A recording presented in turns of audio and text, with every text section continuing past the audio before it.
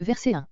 Qui se tint à l'écart, qui se sépare de la communauté et se désintéresse de la chose commune, ne recherche que la satisfaction de ses inclinations personnelles et la réalisation de ses propres désirs. Sur cette voie, il en vient, second membre, à se mettre en opposition habituelle avec les vues et les vrais intérêts de la société en général ou du corps auquel il appartient, cité, Église. Il éprouve un vif dépit, montre les dents, voir Proverbe 17.14, de tout ce qui se dit ou se fait de bon autour de lui. Condamnation du séparatisme. Ce qui réussit, tout ce qui a.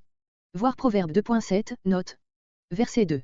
À l'intelligence, qui consiste à sentir ses côtés faibles et à y remédier. Mais bien à étaler. 3 fois déjà, Proverbe 12.23, Proverbe 13.16, Proverbe 15.2, a été relevé le besoin maladroit et compromettant qu'éprouve l'insensé de montrer à tout propos ce qu'il a dans le cœur. Il pense se faire apprécier et il ne réussit qu'à se faire juger à sa vraie valeur.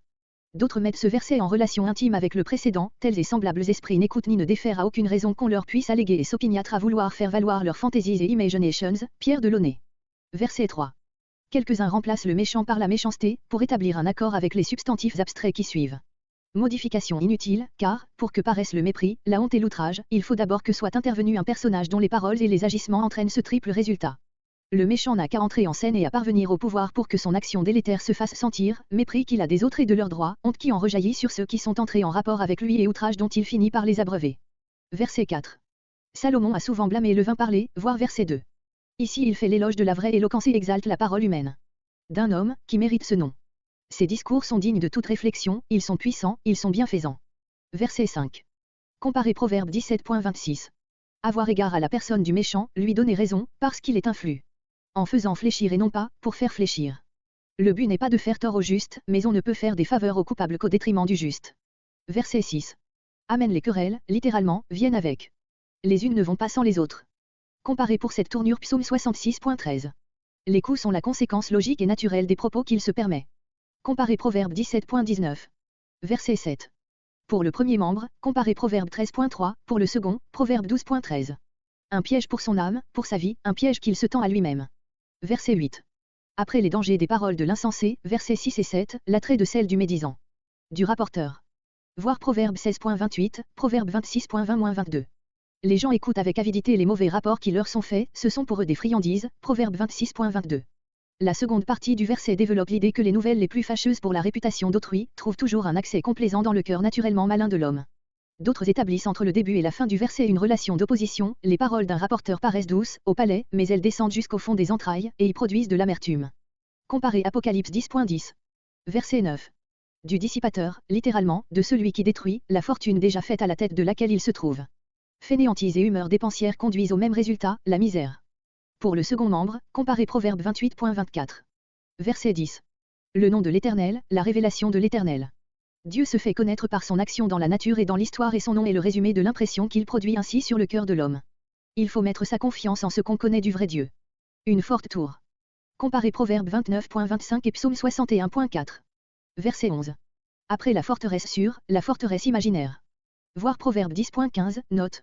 Verset 12. Début du verset, comparez Proverbe 16.18 et Psaume 30.6. Fin du verset, comparez Proverbe 15.33. Verset 13. Il faut de la réflexion, Proverbe 1.4. Verset 14. Le soutien dans sa maladie, littéralement, supporte sa langueur. L'esprit abattu.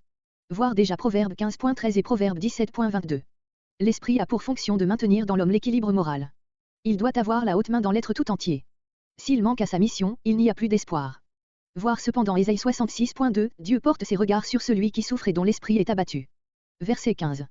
Pour le premier membre, comparez Proverbe 15.14 et pour la pensée exprimée, Proverbe 1.5.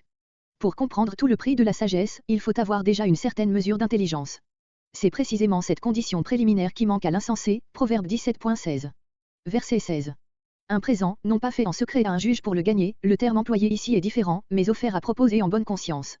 En donnant en temps utile quelques marques de largesse, on s'ouvre accès auprès de personnes avec lesquelles on n'aurait, sans cela, jamais eu de relation. Cette maxime énonce, sans l'apprécier au point de vue moral, un fait d'expérience qui avait frappé l'auteur. Verset 17. Ne juge jamais, que tu n'aies ouï les deux parties. Qui n'entend qu'une cloche, n'entend qu'un son. Un précepte latin dit de même, audiatur et olter repart. Verset 18. Plus haut, Proverbe 16.33, on a vu d'où le sort tire sa valeur. Ici est mise en lumière sa puissance, on voit des grands accepter sans récrimination ses arrêts. Il décide même entre les puissants. Verset 19. Traduction littérale, un frère est plus résistant qu'une ville forte et les différends sont comme les barres d'un château, ce qui signifie, un frère offensé est plus difficile à gagner qu'une forteresse et les différends entre frères. Plus les liens de parenté sont étroits, plus les dissensions qui surviennent, sont graves. Vérité d'expérience, énoncée sans aucun commentaire. Verset 20. Littéralement, du fruit de la bouche d'un homme son ventre sera rassasié. Comparez Proverbe 12.14 et Proverbe 13.2, qui disait, par le fruit de sa bouche l'homme se rassasie de bien ou jouit du bien. Ici il est question, d'une manière générale, de l'effet, soit heureux, soit fâcheux, de tout ce qu'on peut avoir dit. Comparez pour les conséquences des mauvaises paroles, Matthieu 15.11.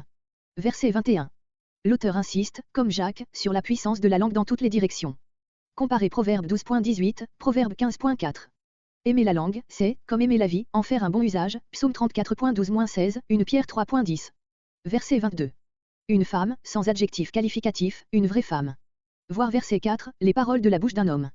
Comparez Proverbe 19.14 et le triste corollaire Ecclésiaste 7.26. Verset 23. Encore une vérité d'expérience. Il s'agit de montrer au pauvre qu'il ne doit pas s'étonner si pareille chose lui arrive et au riche qu'il court le risque de devenir un être inhumain s'il se confie en sa richesse. Comparez Proverbe 10.15. On a vu aussi dans le premier membre de notre verset l'exhortation au pauvre à ne pas se laisser par trop abattre par son humble condition. Ceci encore nous ferait songer à Jacques 2.5-6. Verset 24. Les a pour son malheur, peut les avoir pour son malheur et n'en pas posséder un véritable. Il ne faut pas être l'ami de chacun, il convient de se montrer difficile en fait d'amitié. Plus attaché qu'un frère. Comparez Proverbe 17.17.